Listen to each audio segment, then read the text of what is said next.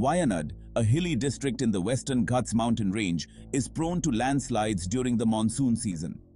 Due to heavy rainfall in the area, the residents in the Panchrimatam, Attamala and Mundakai areas were moved by local authorities to relief camps on 29 June. Despite an alert issued by the district administration, many residents of the Churamala area stayed in their houses as it was not marked as a landslide-prone area.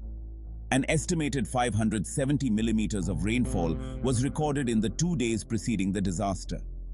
A 2022 study published in the International Journal of Environmental Research and Public Health on deforestation in Wayanad district showed that 62% of the green cover in the district disappeared between 1950 and 2018, while tea plantation cover rose by around 1800%, leaving less forest to keep muddy hills stable.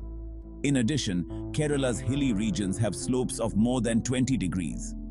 These two factors may contribute to the increased risk of flash floods during heavy rains.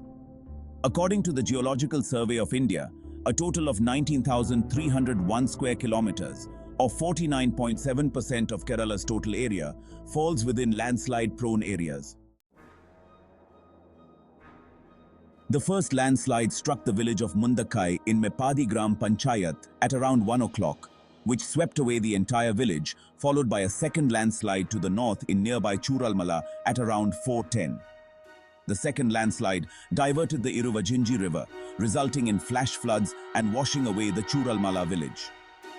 Approximately 400 families were stranded in Mundakai and Attamala following the collapse of the only bridge connecting the settlements and Churamala.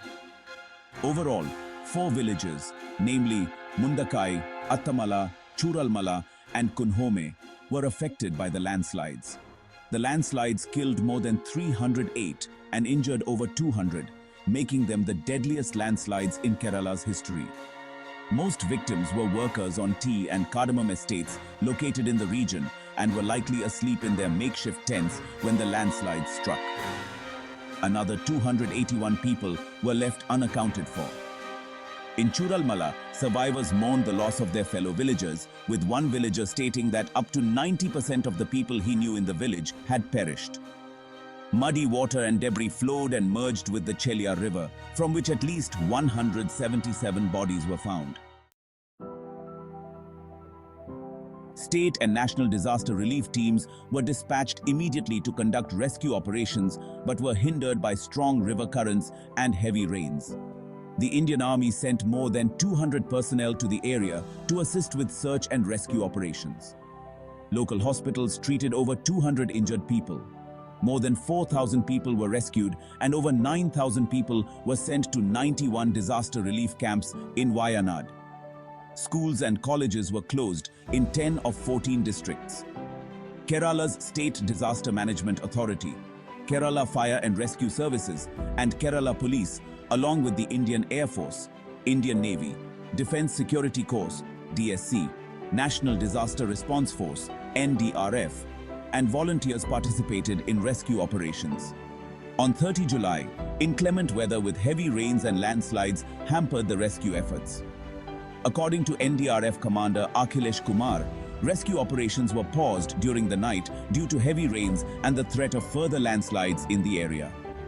600 NDRF teams were deployed in addition to over 50 teams from the Army, Navy, Air Force and Coast Guard to take part in the relief operations. On 31 July, about 1,500 personnel of the armed forces were deployed to the area. A command and control center was set up in Kozhikode by the Army to coordinate humanitarian assistance and disaster relief efforts. Navy river crossing teams had also been dispatched. On 1 August, a temporary 190-foot-long Bailey Bridge was constructed by the 144 Army men from the Army's Engineer Task Force of the Madras Engineer Group to connect the Churalmala village with Mundakai over the Iruvanibja River within 31 hours. The Kerala government set up 45 relief camps in the Wayanad district, accommodating over 4,000 people. The State Health Department also established a control room for assistance in case of emergency. The Health Minister of Kerala, Veena George, said that at least 1,500 rescue personnel were deployed, including forensic surgeons. On 2 August, the Indian Air Force deployed C-130 and drone aircraft from Hindon Air Base in Ghaziabad, as well as a specialized team of experts for subsoil evacuation and rescue monitoring. 40 teams of rescue personnel were divided over 6 zones consisting of Atamala and Aranmala, Mundakai, Punjirimatam, Velarmala Village Road, Velarmala, and downstream of the Chaliyar River. 8 police stations along the Chaliyar River were also involved in the rescue efforts with regional expert swimmers.